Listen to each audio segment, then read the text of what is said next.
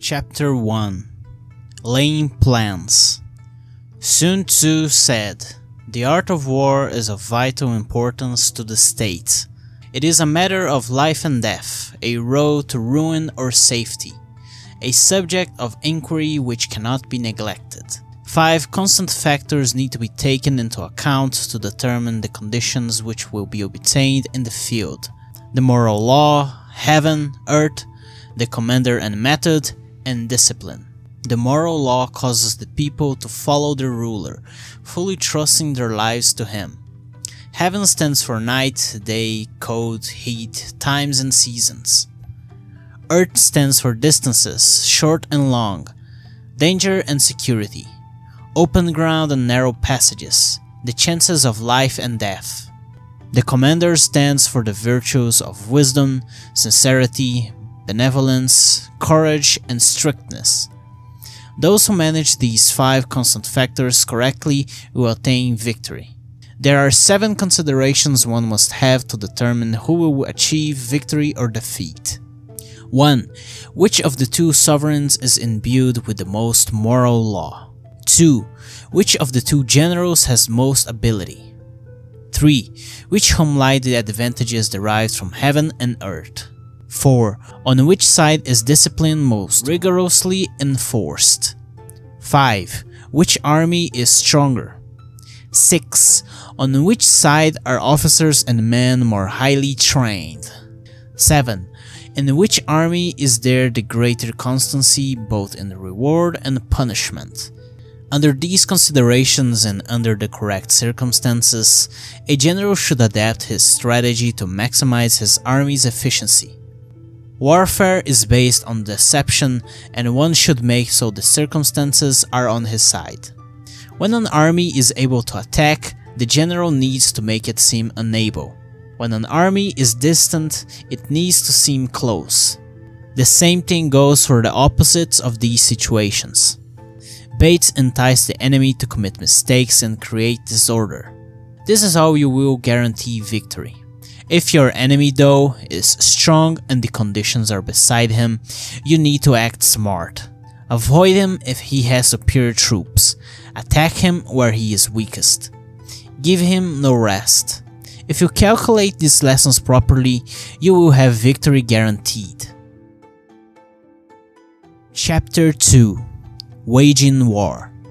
Sun Tzu said, "In the operations of war, where there are in the field 1,000 swift chariots, as many heavy chariots, and 100,000 mail-clad soldiers, with provisions enough to carry them 1,000 li, the expenditure at home and at the front, including entertainment of guests, small items such as glue and paint, and sums spent on chariots and armor, will reach a total of 1,000 ounces of silver per day. Such is the cost of raising an army of 100,000 men. When you engage in fighting, if victory takes too long to come, your men's weapons will grow dull and their perseverance will be damped. If you lay siege to a city, your strength will be exhausted. If your resources are spent, your men are tired, and your weapons are dull, no man will be able to divert the chaos that has ensued within your nation. Hasteness and swift strategic decisions, if done correctly, will save you enormous amounts of resources and manpower. There is no instance of a country having benefited from a prolonged war. That who understands the evils of war can understand the profitable way to carry it on. Bring war materials at first, but once you get to enemy territory, forage those resources you can from him. Maintaining an army at a distance causes the people back home to become impoverished. If your people are poor and their energies are at their limit, they will turn against the government, which is still spending its resources to maintain the war. Once a general manages to collect resources from his enemy's territory, he will have a stock equivalent to 20 times that of his own resources. This is called using the conquered foe to augment one's strength. In war, let your great objective be victory and do not wage long campaigns. The leader of the armies is the man responsible for whether the nation will end up in peace or in peril, the one carrying the fate of the people. Chapter 3 Attack by stratagem. Sun Tzu said, "In the practical art of war, the best thing of all is to take the enemy's country whole and intact. To shatter and destroy it, it's not so good. So too, it is better to recapture an army entire than to destroy it. To capture a regiment, a detachment, or a company entire than to destroy them. To fight and win battles is not the excellence of war. The true excellence of war is to break the enemy's resistance without fighting. The greatest general takes down the enemy's plan without fighting. To lay siege to a walled city is the worst policy of all. So, if possible, never besiege a walled city, for its lead-up, preparation and execution will take months and will spend exorbitant resources. Irritated generals will lay siege on walled cities and will send his men to die like ants. Therefore, the skilled leader subdues the enemy without fighting, captures cities without besieging them, overthrows their kingdom without lengthy, expensive operations. With his forces intact, his triumph will be complete. This is the method of attacking by stratagem. There are three ways a ruler can bring misfortune to his army. 1. By commanding the army to advance or retreat, ignoring the fact that it cannot obey. This is called hobbling the army. 2.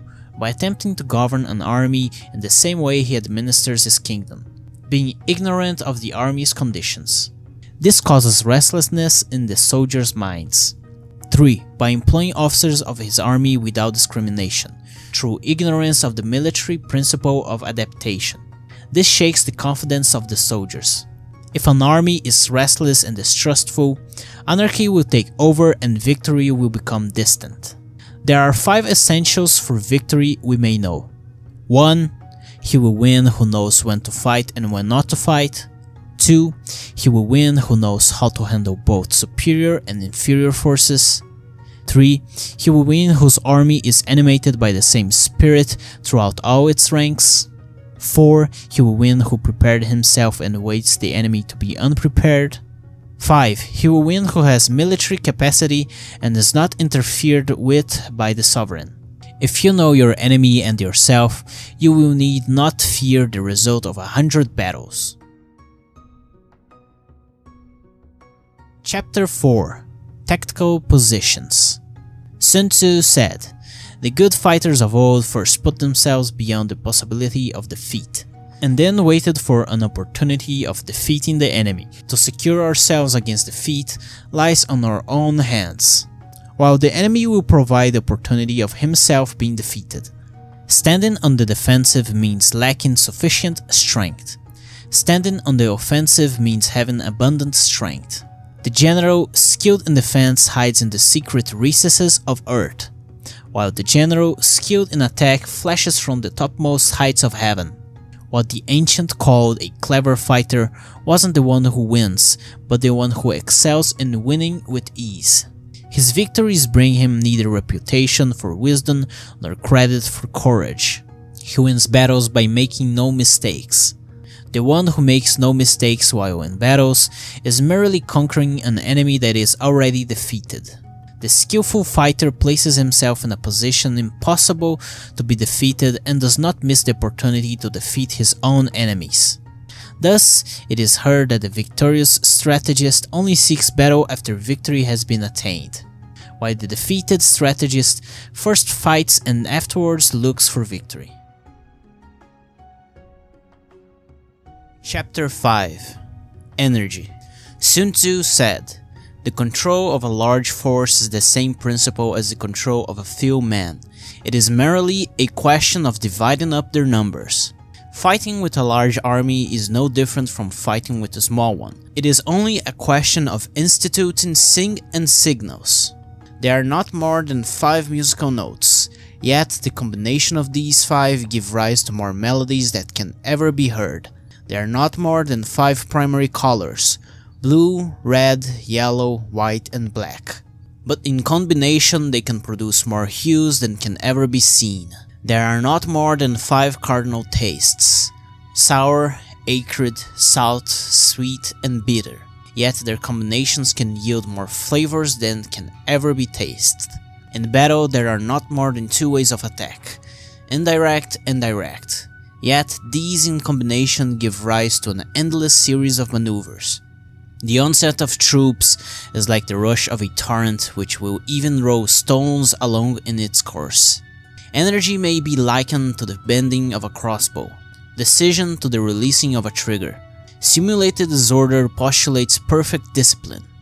Simulated fear postulates courage. Simulated weakness postulates strength. Conceal your strength so that your enemy may think that you are weak. Chapter 6. Weak Points and Strong. Sun Tzu said, "Whoever is first in the field and awaits the coming of the enemy will be fresh for the fight. Whoever is second in the field and has to hasten to battle will arrive exhausted. Therefore, the clever combatant imposes his will on the enemy and does not let the enemy's will be imposed on him. By holding the advantages close, he can cause the enemy to approach on his own accord. Harass your enemy, starve him out, force him to move. March swiftly and attack your enemy where he least expects it. A large army can march great distances without distress. If it marches through lands the enemies are not at. The skillful general sees attack opportunities where the enemy does not know that he has weaknesses, while leaves the opponent without knowing where to attack. Discover the enemy's position and make yours invisible, so that you can concentrate your forces. If the enemy does not know where the attack will come from, he will disperse his troops, thus turning his defenses weak all around. Even with numerical disadvantage, if a wise commander attacks his enemies where they are weak, he will manage to weaken his opponent's forces. Force the enemy to reveal himself, to reorganize his troops, find his vulnerable spots. Military tactics are like water, for water runs in its natural course away from high places and hastens downwards. The 5 elements, water, fire, wood, metal, and earth, are not always equally predominant. The 4 seasons leave place so that the next may replace the previous. There are short and long days. The moon has periods of waning and waxing. Chapter 7. Maneuvering. Sun Tzu said, "In war, the general receives his commands from the sovereign. The general has to collect his army and concentrate his forces. After doing so, harmonize the elements before pitching his camp. Tactical maneuvering comes next, and there is nothing more difficult than it. For tactical maneuvering consists in turning the devious into the direct and misfortune into gain. By enticing the enemy into going out of the way, a general shows knowledge of the artifice of deviation. We cannot enter into alliances until we are acquainted with the designs of our neighbors. To be able to march an army, we need to be familiar with the face of the country, otherwise we are unfit. Know the mountains, forests, pitfalls, precipices, marshes, and swamps. Local guides can help us take good use of natural advantages. In war, practice dissimulation and you will succeed. Circumstances will decide whether you need to concentrate or divide your troops. Let your rapidity be that of the wind, your compactness that of the forest. In raiding and plundering be like fire. Be immobile like a mountain. Let your plans be dark and impenetrable as night. Move like a thunderbolt. Ponder and deliberate before you make a move. He will conquer who has learned the artifice of deviation. Such is the art of maneuvering. Gongs and drums, banners and flags are means whereby the ears and eyes of the host may be focused on one particular point. Thus, the army will become a single body. This is the art of handling large masses of men. A clever general avoids an army when its spirit is keen, but attacks when it is sluggish and inclined to return. This is the art of studying methods. Refrain from intercepting an enemy whose banners are in perfect order, to refrain from attacking an army drawn up in calm and in confident array. This is the art of studying the circumstances. Do not advance uphill against your enemy, nor oppose him when he comes downhill. Do not pursue an enemy who simulates flight, nor attack soldiers whose temper is keen. Do not swallow bait offered by the enemy, nor interfere with an army that is returning home. When you surround an enemy, leave an outlet free. Do not press a desperate foe too hard. Such is the art of warfare. Chapter 8. Variation in tactics. Sun Tzu said, "In war, the general receives his commands from the sovereign, collects his army and concentrates his forces. When in a difficult country, do not camp. In a country where high roads intersect, join hands with your allies. Do not linger in dangerously isolated positions. In hemmed-in situations, resort to stratagem. In desperate positions, you must fight. Some roads may not be followed, some armies may not be attacked, towns which must not be besieged, positions which not be contested, commands of the sovereign which must not be obeyed.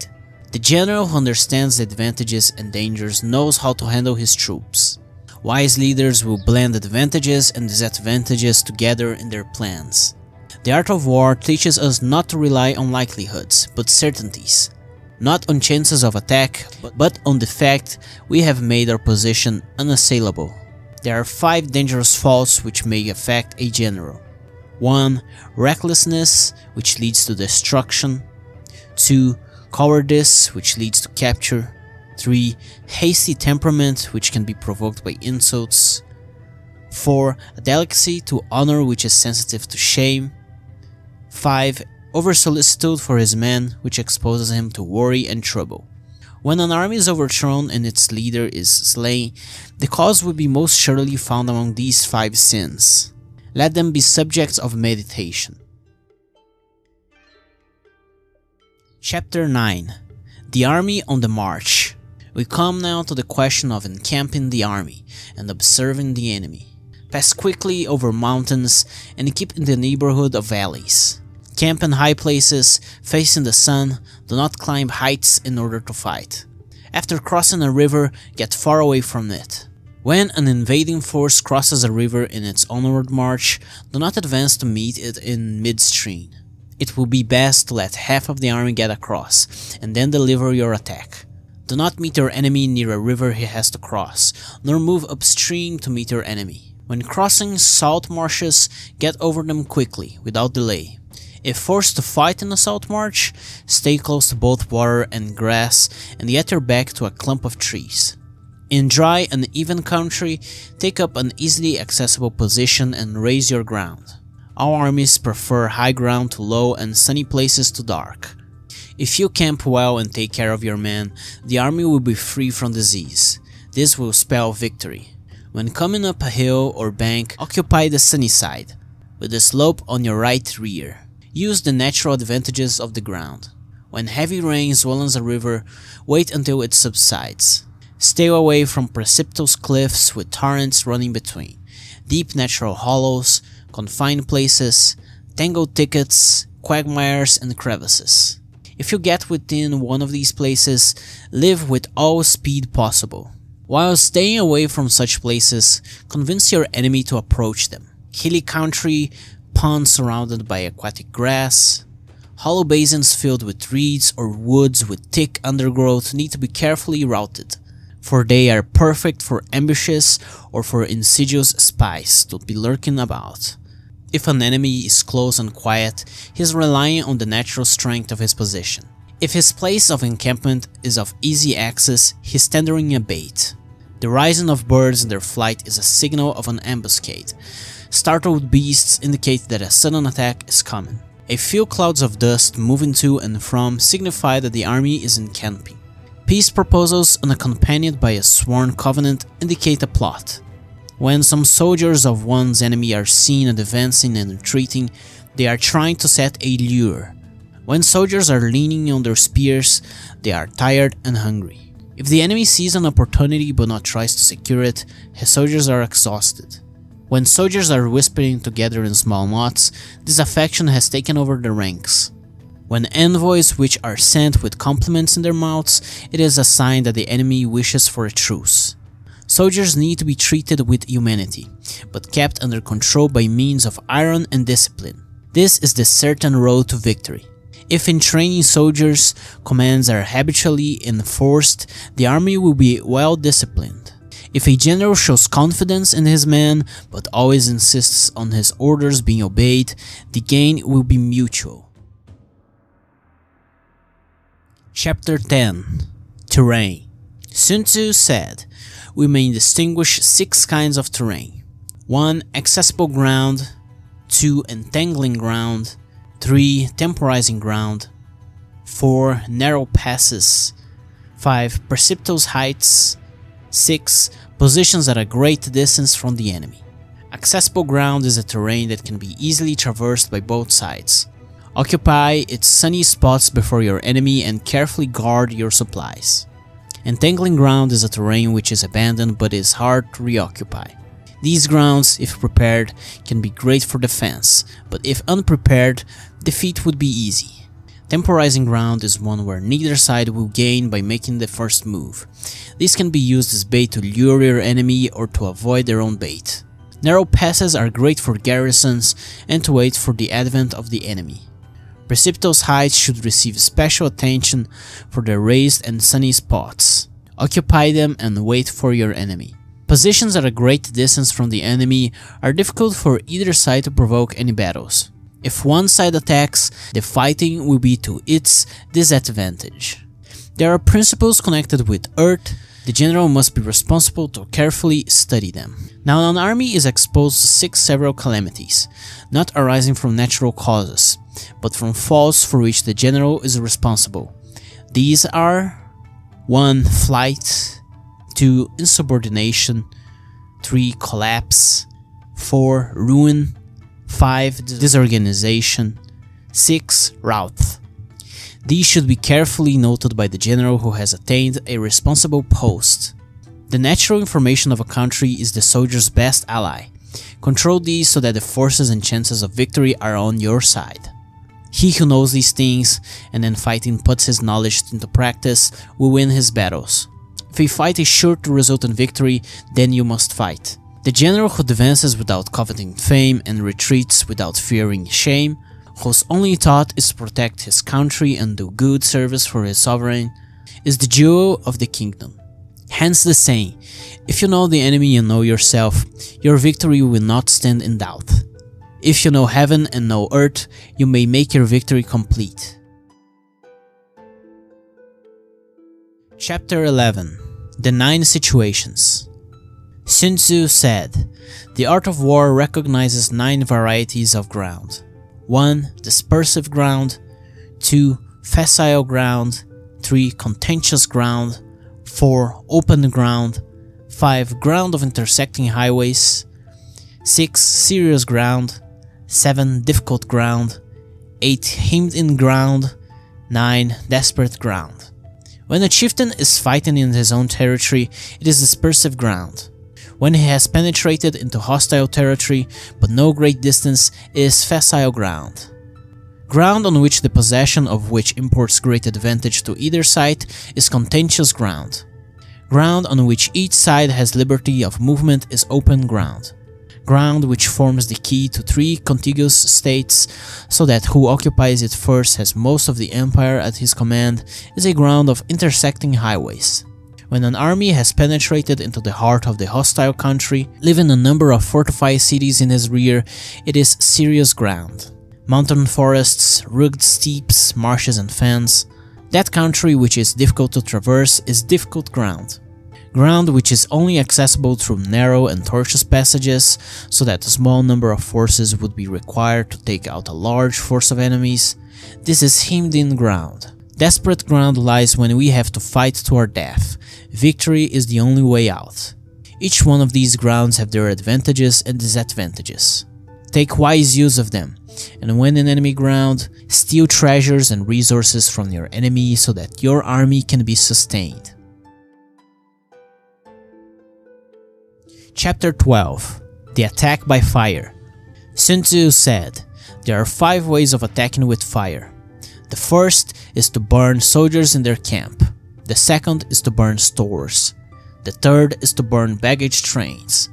The fourth is to burn arsenals and magazines. The fifth is to hurl drop-in fire amongst the enemy. The material for raising fire should always be kept in readiness for one to use it. There is a proper season for making attacks with fire, and special days for starting a conflagration. The proper season is when the weather is very dry. Special days are those with a lot of wind. 5 important developments need to be taken into consideration when attacking with fire. 1.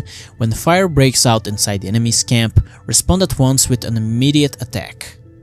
2. If there is an outbreak of fire, but the enemy soldiers remain quiet, bide your time and do not attack. 3. When the force of the flames has reached its height, follow it up with an attack, but only if that is practicable. 4. If possible to make an assault with fire from without, do not wait for it to break within, but deliver your attack at a favorable moment. 5. When you start a fire, be to windward of it, do not attack from the leeward.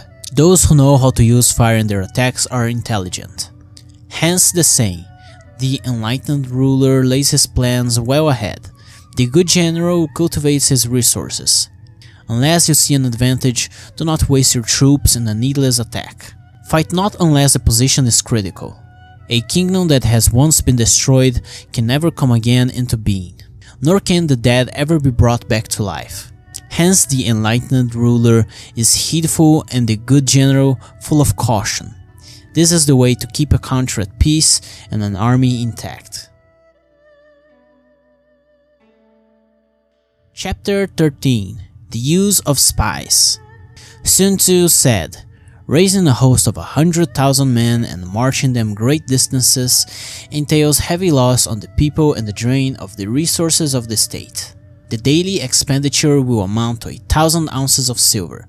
There will be commotion at home and abroad, and men will drop down exhausted on the highways. As many as 700 families will be impeded in their labor. Hostile armies may face each other for years, both depending on a victory that could be decided in a single day. To remain ignorant of the people and army's condition is the height of inhumanity. One who acts thus is no leader of men, no present help to his sovereign, no master of victory. He who is a good general achieves things beyond the reach of ordinary men, such as foreknowledge. This foreknowledge cannot be attained from spirits, nor inductively from experience, nor by any deductive calculation. Hence the use of spies, of whom are 5 classes. 1. Local spies. 2. Inward spies. 3. Converted spies. 4. Doomed spies.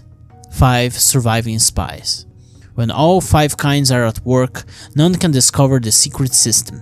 This is divine manipulation of the threads, and it is the sovereign's most precious faculty. Local spies are inhabitants of a district under your service. Inward spies make use of the officials of the enemy. Converted spies are those from the enemy we use for our advantage.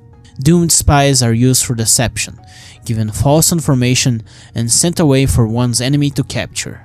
Surviving spies are those who bring back information from the enemy camp.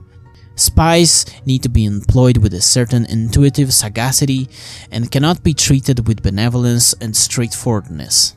The enlightened ruler makes good use of spies, thus always keeping his army steps ahead of his enemies. Let these lessons be meditations for your mind.